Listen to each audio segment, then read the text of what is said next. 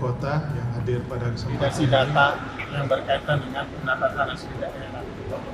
Saya ambil contoh misalnya ya pajak non-retribusi itu harus penyusunan target pendapatan berdasarkan data yang valid. Kalau tidak, maka akan merepotkan mereka ketika merealisasikan belanja. Ini harus menjadi perhatian. Nah, kalau provinsi dari 1,7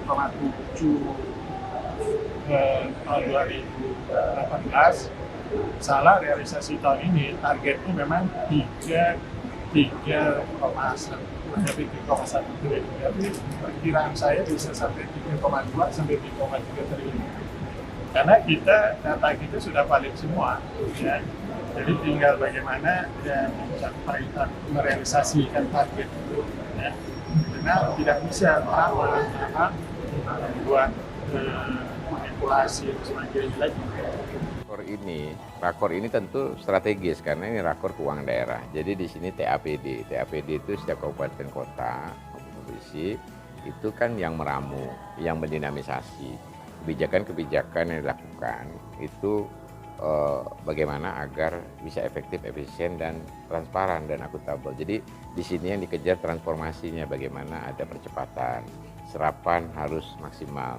Jadi APBD semua itu strukturnya harus sehat dan maksimal, karena ini yang mempengaruhi IPM, pertumbuhan ekonomi, dan juga indikator pendidikan, kesehatan, dan hak dasar.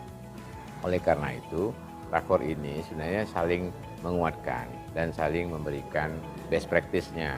Jadi kita juga semua punya best practice. Kita Kuburaya misalnya melihatkan bahwa dengan cara kebijakan-kebijakan yang berpihak, yang betul-betul mengutamakan hak dasar, maka linear dengan hasil capaian.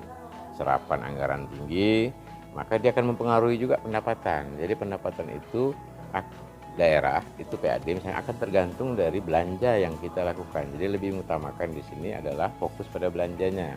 Karena standar belanja itulah yang mempengaruhi pertumbuhan. Kalau belanjanya cepat, dana APBD itu memberikan perputaran ekonomi, karena ini kan investasi sifatnya terhadap sumber daya manusia dan meringankan beban rumah tangga. Contoh, misalnya meringankan kesehatan.